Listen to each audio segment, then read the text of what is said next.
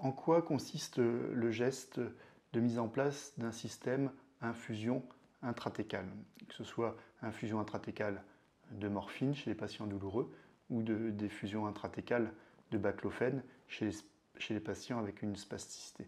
Ça va consister à mettre en place un cathéter à l'intérieur de l'enveloppe qu'on appelle la dure mère, dans laquelle baigne via le liquide céphalorachidien la moelle épinière. Pour cela, on va réaliser une sorte de ponction lombaire avec une aiguille. On va piquer en bas du dos jusqu'à obtenir du liquide. Lorsque l'on obtient ce liquide qu'on appelle eau de roche, qui est le liquide céphalorachidien, ça veut dire qu'on est dans l'espace où il y a ce liquide, et c'est dans cet espace que l'on va faire monter ce cathéter. Donc, dès lors qu'il y a du liquide qui s'échappe de l'aiguille, ça signifie qu'on est au bon endroit. On va donc pouvoir faire monter ce cathéter dans cet espace que l'on appelle l'espace intradural.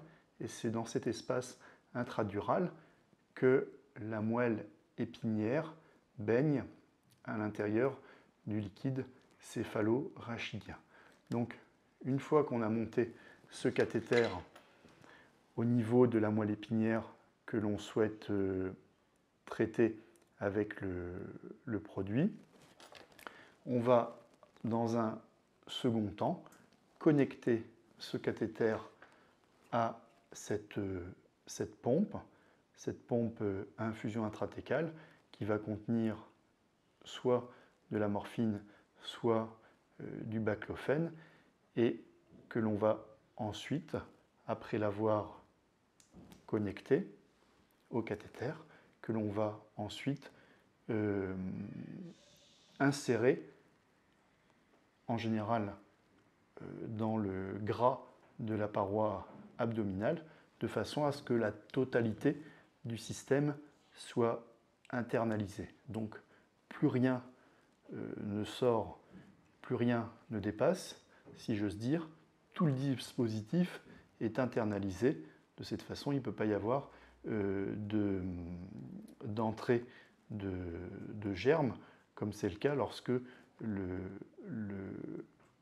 cathéter sort de la peau, comme par exemple lorsqu'on fait une péridurale. Donc tout le système est internalisé, et pour le remplir, comment fait-on? Puisque en fonction du débit, au bout d'un certain temps, la pompe contient 20 voire 40 centilitres va être vide. Ça peut être au bout de quelques semaines ou au bout de quelques mois, suivant le débit de la pompe, suivant la quantité de molécules dont l'organisme a besoin pour avoir une bonne analgésie ou bien combattre efficacement la spasticité.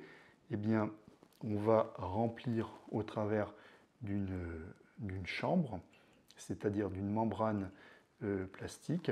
On va piquer avec une aiguille au travers de la peau pour remplir, après avoir traversé cette membrane, le réservoir.